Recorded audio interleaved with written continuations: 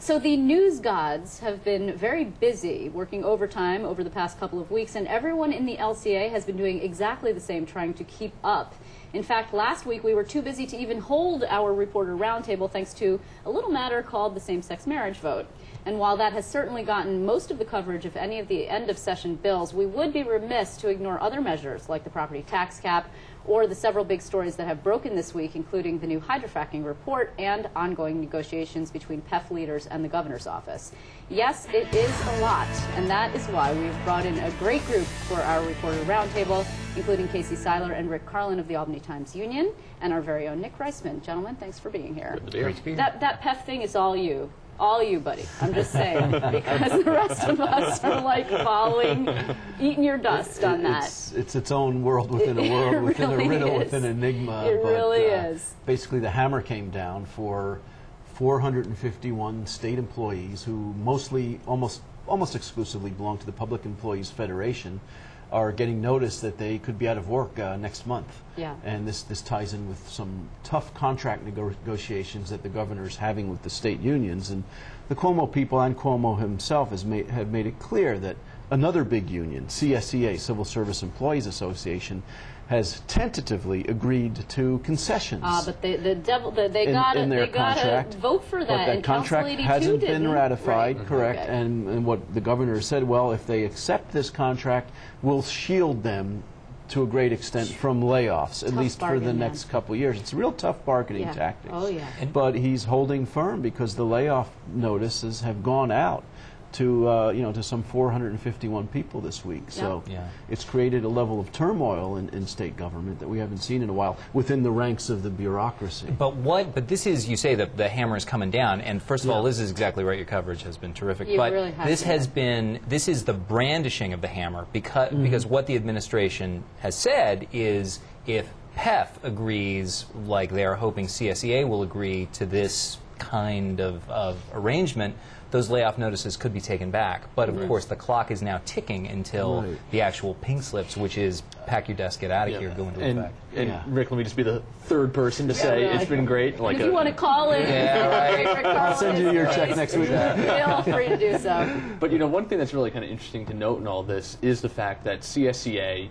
comes to this agreement and comes to this deal with the governor after they did not endorse him during the election. PEF, however, did endorse him. That's right. And now the worm has started to turn in that relationship, which I think you saw a few weeks ago when they were really voicing their concerns about this negotiation. There were some comments on some of the blogs, including ours and probably yours, saying, why did we endorse this guy? Because now he's turning on us. And the answer is, well, where were they going to go? They weren't going to endorse Carl Palladino, who wanted to take a meat axe to state government. Well, they could have done what CSEA did. They could have just sat by and done nothing. NYSET did the same thing. The and now major teachers union, and now they're in a big battle with Cuomo also over a number of issues. The larger picture here is that it's not just PEF, is that it is also the prison closures, which it has the Correction Officers Union and some PEF members too. Correct. I mean, that came down the pike really fast. All of a sudden we were like waiting for it, and there it was. The North Country escapes unscathed. What's the political play there?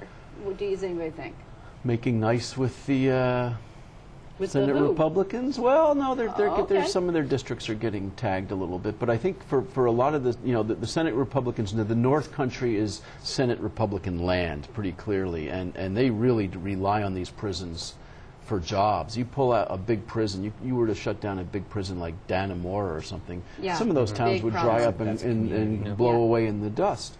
And maybe it's Cuomo's way of kind of making nice with the Senate Republicans who supported him on same-sex marriage. I don't know. Well, Betty Little. This is all in the realm of speculation. Betty Little voted no, and she stood the most to lose on the correct. prison closure issue. Ultimately, I mean, she's still a pretty influential lawmaker, especially when it comes to she's been around. When it comes to the prison issue, run unopposed in the past. And, I think just in general, though, I don't understand the political benefit for Cuomo in starting these layoffs or starting layoffs on the prison level too. I mean, we're headed into a double-dip recession most likely, and when you say that you're starting to fire basically thousands of people or several hundred people, it could become a problem. One thing about those prisons, though, the ones he's closing, from what I understand, are they're relatively smaller prisons. Right, and some people might get relocated. There's not going to be that many. There might yeah. not be that many job losses when it's all said and done. Maybe that's part of his games. The ones upstate are big. Yeah. They're big employers. The ones in Schoharie down in the Hudson Valley are a lot smaller.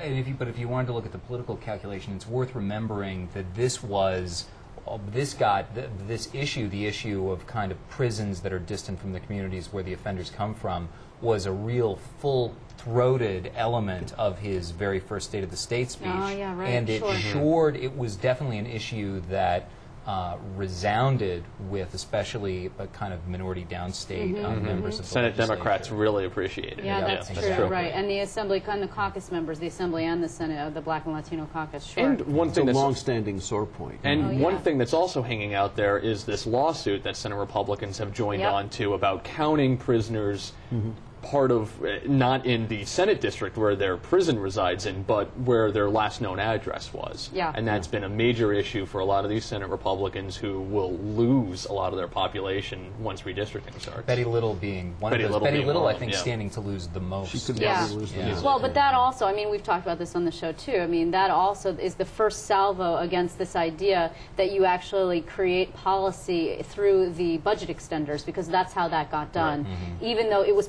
agreed, I believe, as part of the budget extender by David Patterson in the legislature, still the Senate is starting to fight that there. And, you know, that's a different conversation, obviously, for budget time. But still, you know, what this goes to show you is that there are so many things, really loose ends still hanging out there. A lot of really weird things. I mean, hydrofracking, for example, before we get even, we're going to talk about it all summer. I'm really sorry, folks. I know some of you think it's boring. But the reality is that it is just out there, and it's a tough one. The governor, I thought today, was very reserved in his comments on hydrofracking. He's been playing it pretty safe. Well, the governor himself, not the DEC.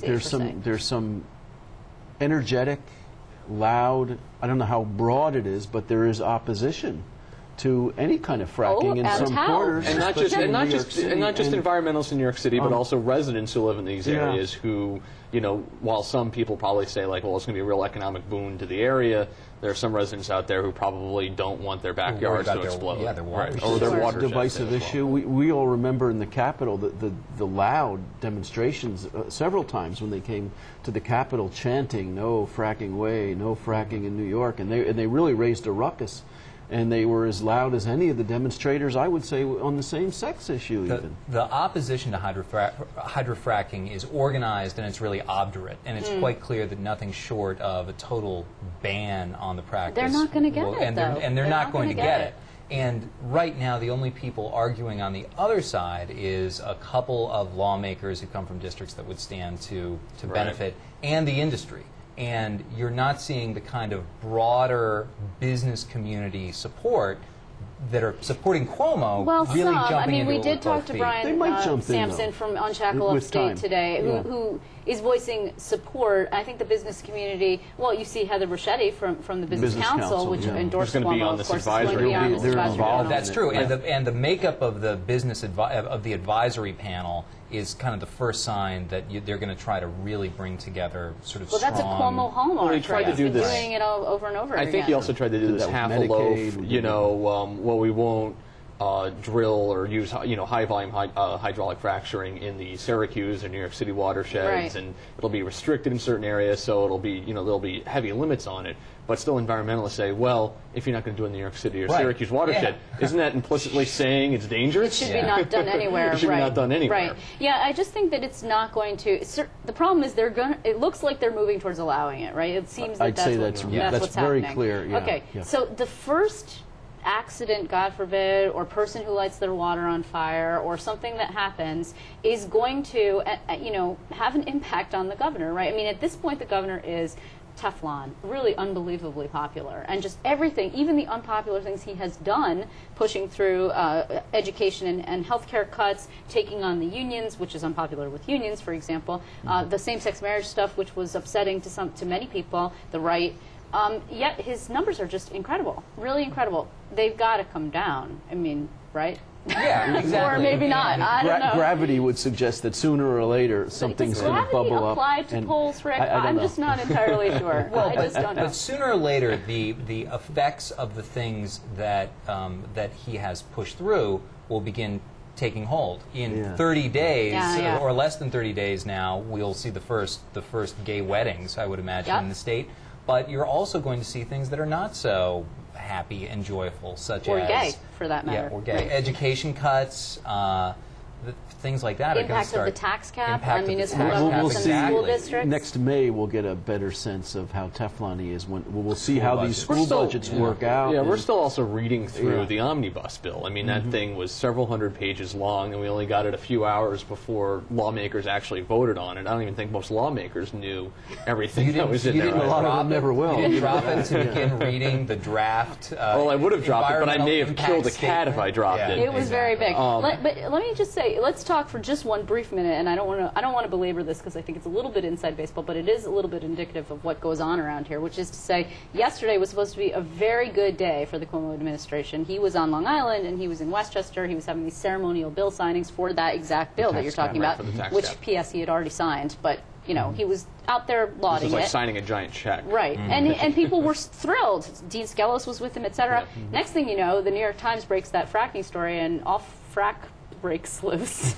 And it was just not a good media day for him, which is unusual. They stumbled a little bit. As you know, the Times comes out with the story, and immediately they're denying it. They're saying, well, that's not really the case. And then several hours later, they say it was baseless. And then they release the report that was basically pretty much the Times story. So I think that they're treating this fracking issue with kid gloves. I think they realize that it's a divisive issue, and that the sides are dug in. And I think they're trying to sort of massage their way around it. And I think that was an indication. And it's nothing new for an administration to release something, before a holiday weekend. But again, the draft SGIS on hydrofracking wasn't made available until 5 p.m. today.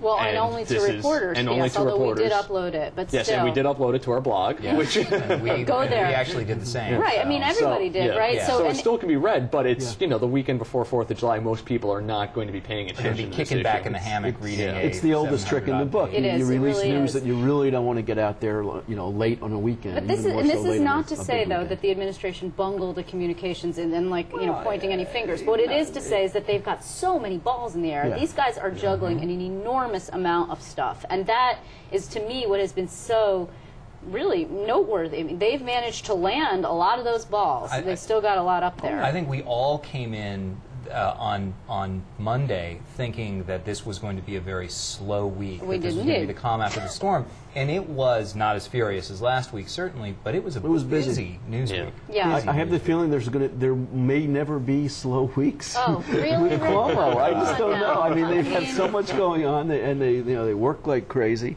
And my sense with the fracking, the prison, the layoffs.